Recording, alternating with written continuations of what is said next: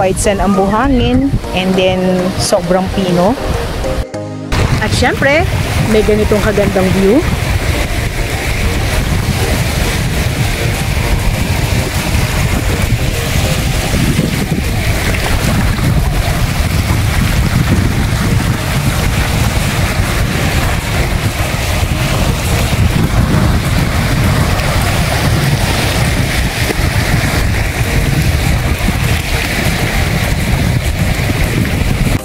Na merong ganitong kagandang farm lot.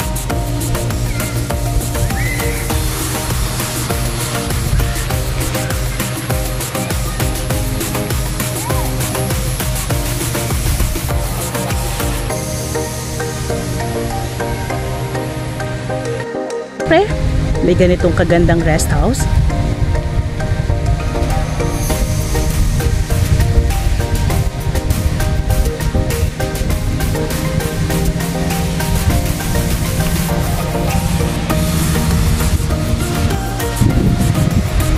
Meron din ganitong kagandang overlooking sa dagat.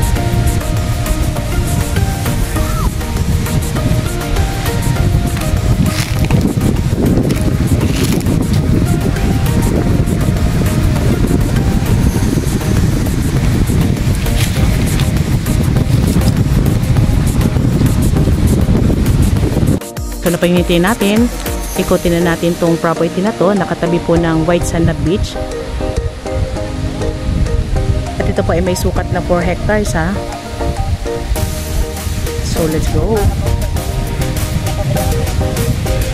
Ayan, so dito muna tayo magsisimulang mag-vlog kay property po mismo, ano, dito sa may 4 hectares. So mamaya pupunta tayo dun sa may pinakaharapan ng beach para explain ko po sa inyo yung mga details naman about dun sa white sand na beach po, nakatabi po ni property.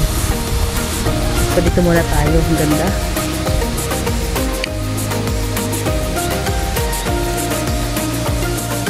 Flat na flat. Okay po, sige, lakad po kami. So si property po ay may nakapaloob na nasa 150 kapuno ng mangga. Na anong mga klase ng mangga yun nandito? Ay, yan dito. Oo, mangga talaga. Ay, isang linggo ito. Pero yun, mangga talaga. Mga manggang kinalabawan, ganon.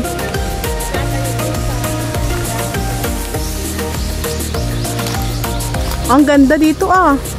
Ay, bahay po na yan, hindi nakasama. Kasama pa po yung bahay sa baba. Ang daming puno ng langka, and then meron tayong puno ng sampalok. Mga saging po kasama pa.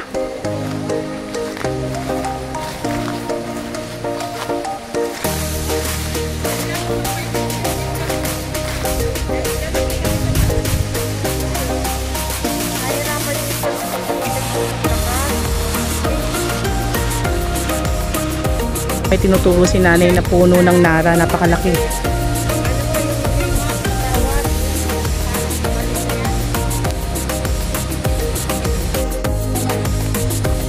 Ayan, ganda. So may kasamang bahay po ulit ha. Bukod po dun sa rest house na pinakita natin, may kasamang bahay pa yan. So lalapitan po natin yan. And then si property po ay may nakapaloob na nasa 800 kapuno ng niyog.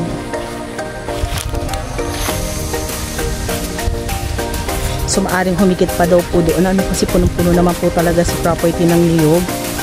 And then kagandahan, medyo bata pa, so matagal-tagal pa natin pakikinabangan.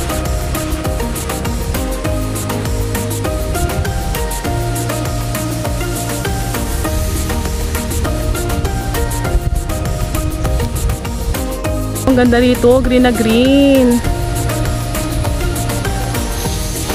Wow.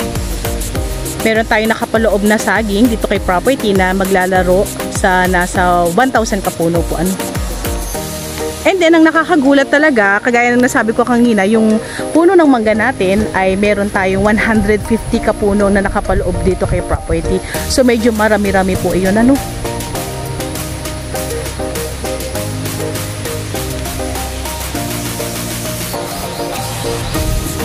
Lapit na po tayo dito sa sinasabing bahay or receiving area dati. So tingnan natin kung ano ba talaga yan. Kung bahay ba talaga yan or cottage na malaki. Lapit tayo. Ganda dito.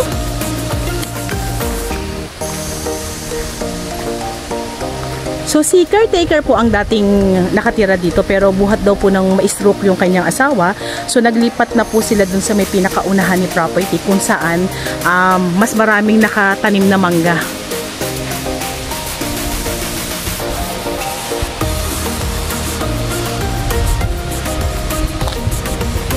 So kailangan nating ipagawa ulit. Medyo sira-sira na po siya. Ano?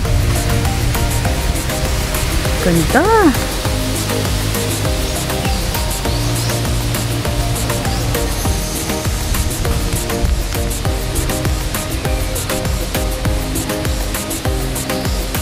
Hanggang dito, pinong-pino yung buhangin, no? White sand talaga. Kasama po yung mga sasahan na yan. And then yung mga niyugan na yan, kasama pa rin po yan, ano?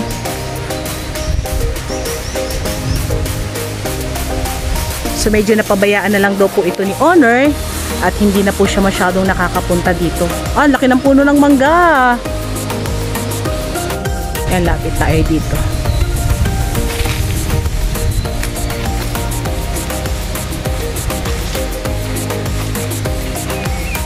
Panalong-panalo yung makakabili nito bukod sa napakaraming laman. Tabi pa tayo ng white sand na beach. So pwede tayong magkaroon ng idea na lagyan natin ng mga cottage dito sa may area na binablog ko, dito sa 4 hectares. So paparent po natin, ano, ang daming naliligo dun sa may sa may dagat.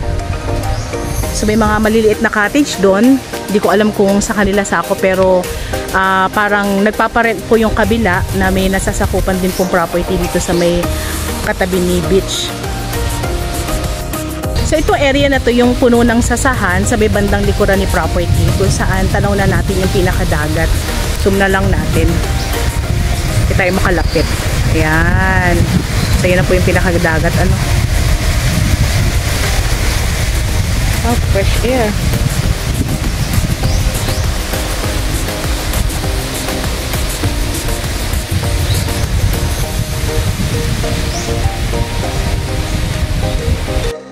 Ayan ang uha si tatay ng niyog. Sako pa po ito, ano?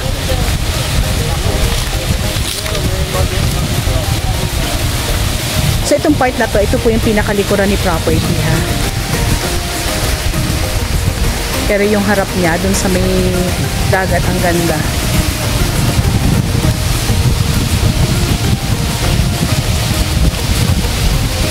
Pero dito tayo dadaan sa may pinaka-likod.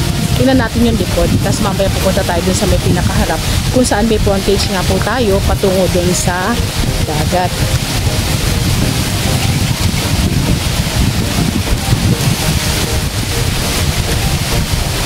Ay, wow!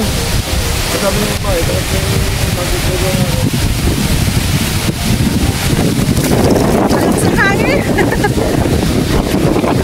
Wow, ganda!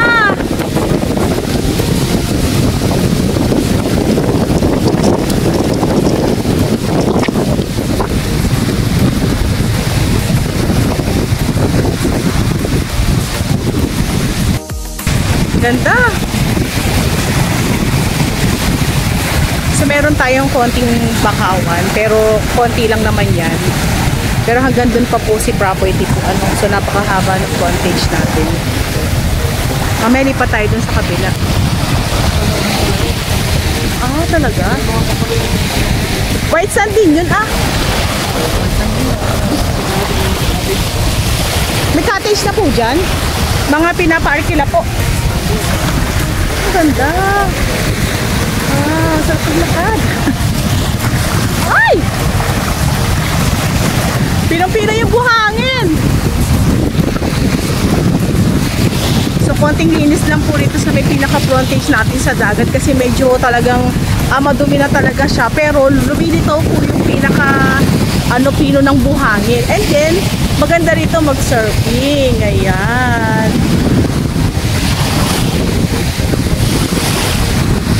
So, konti lang po yung bakawan po natin. Doon sa may pinakaunahan, kung saan nandun yung cottage na malaki. So, walang bakawan doon. Dito lang sa may pinakalikuran. Ganda. Maganda rito, i-develop po natin and then lalagyan po natin ng mga cottage dyan sa area na yan kung saan floating cottage po yung tawag. Ano? Ganda. So, ito po si property Yan yung pinasok natin kanina na puno ng niyugan.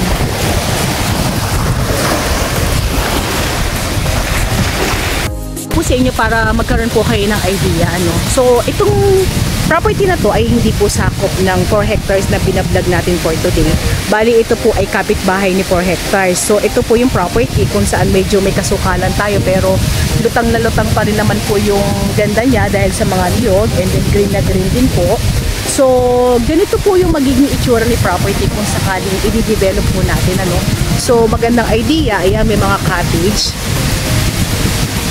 Kagandahan din po kasi flat na flat po ang ating area. So kahit saan pwede po tayo magtayo ng mga cottage. Ayan. So kumikitang kabuhayan po si property. Bukod sa may return income na dun sa mga niyog, mangga. And then at the same time, dahil tabi po tayo ng beach, ayan, magandang idea. Magparent po tayo ng mga cottage. Harap at likod, ang ganda. Panalong panalo. Masarap ikutin. So parang naikot ko na halos yung area Hindi mo ramdam yung sukal kasi napakasarap ng ikutin na ganitong klase ng property na 100% flat. Ayan, so ito yung pinaka-start ni property kung saan nag-park yung aming car. Ayan. And then ito na po yung binidyohan po natin So, nasa bungad po yung kagandahan po talaga niya. And then, ayun po yung dagat. So, lalapit na tayo ngayon dun sa may pinakaharap ni White Sand para makita po natin yung pinaka-frontage niya.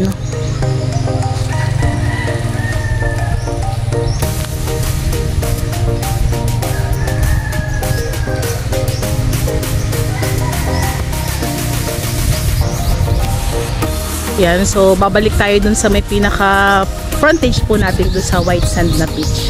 So tara, lakad tayo.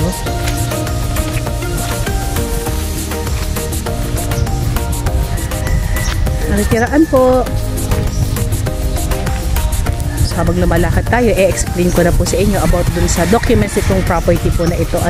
So ito po ay TCT title and then patay na po si owner. So meron po siyang anak. So yun na lang po ang nagbebenta. Bali, ang alam ko po ay ex-mayor po yung anak niya. So, yun po ang nagbebenta.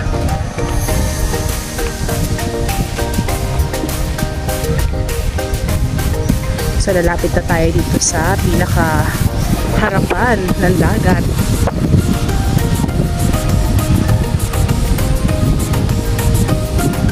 So, pasok na pasok po ang ating car hanggang dun sa may pinaka-harap po ng ating beach.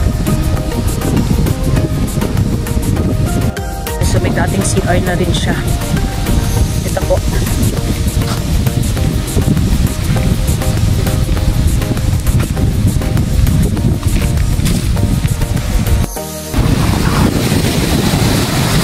Lakas ng hampas ng alon Ang ganda. Wow. So kung meron man po ako hindi nabanggit about this property, meron po kami description sa baba. So pakiclick na lang din po yun. Nando na rin po yung mga sasagutin po ng ating seller and then kung ano ang sasagutin ng ating buyer sa oras ng bentahan.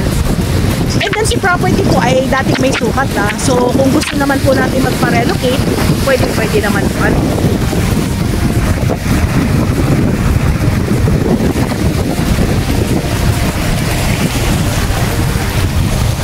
Ganda!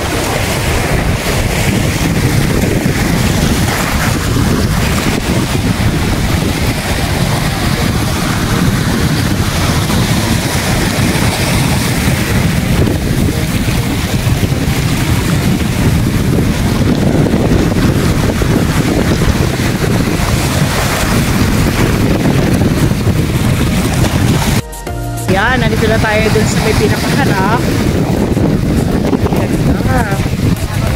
So, mapapansin nyo po yung mga cottage na yan. Yan yung sinasabi ko sa inyong pinaparent nila dito. Pero medyo may kalumaan na po. Ano. And then, tayo po ay may shoreline na nasa 50 meters. Ayan. And then, ito na po si property. Yung niyugan na yan. So, ang kagandahan po nito, hindi tayo halos kapantayan po ni dagat po. Ano. So, medyo mataas po tayo ng konti. Mag-slow. So, kagandahan yan, pag medyo malaki yung dagat, hindi tayo aabutin. Medyo marumi lang po yung pinakaharap. So, kailangan na po talagang linisin. Ayan. Pero lutang na lutang po yung pagka-white sand niya, oh. Hanggang doon po yung haba niya, ah.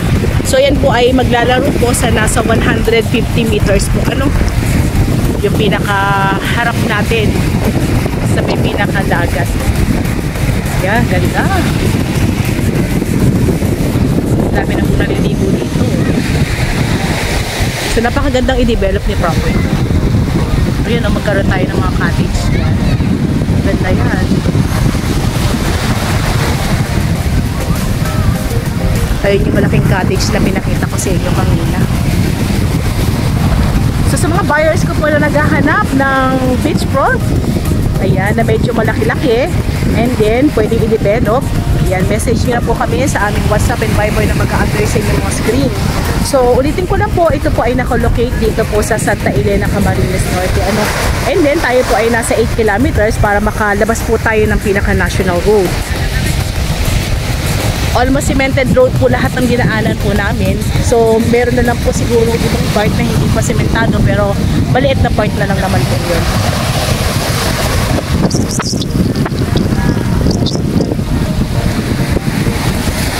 So, ilan na lang po yung mga natitirang white sand na beach dito sa Quezon. So, medyo nahihirapan na rin po kami maghanap. So, napaka-bless po namin at nakita namin itong property na ito. Ganda!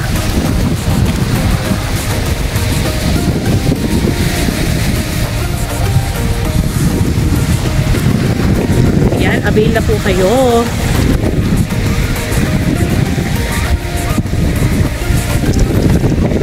Kalimutan mag-like, mag-subscribe, and then lagi niyo po pindutin yung ating notification bell para updated po kayo sa mga properties na i-vlog po natin. Ano?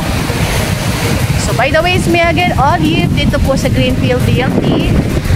Isang magandang beachfront yung nakita natin. So, ayan. Thank you po for watching.